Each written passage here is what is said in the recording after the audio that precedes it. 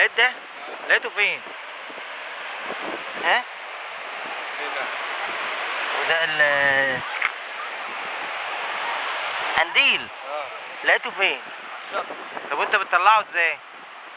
شبشب. طب وانت مش خايف منه؟ هو رسمي هنا اهو. فين ايدك؟ مطرح؟ طب وانت مش عارف انه بيقرص؟ انا عارف انه بيقرص بس ما طلعش ما يقرص حد. ايه؟ مش ما يقرص حد. طب وانت ازاي بتتعامل معاه؟ انت عارف ان ازاي تتعامل معاه؟ هو بيقرص منين؟ منين؟ الحاجات دي. اه. طب وانت هتعمل ايه في الحاجات اللي عندك دي؟ دي كمان يومين هتخف. وانت متعود يعني؟ دي اول مره تقرص. انت من هنا من راس البر؟ لا مش ابراهيم. مش من مصر؟ اه. طب وايه اللي جرأك انك تتعامل مع القنديل كده؟ عشان خلاص شفته مره طلعته مره قبل كده عشان ما يقرص حد.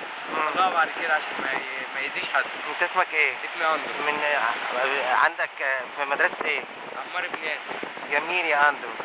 برافو عليك يا اندرو، انت بتعمل ده علشان تخدم المصيفين وما يتضروش من قنديل البحر. كل سنة وانت طيب يا اندرو.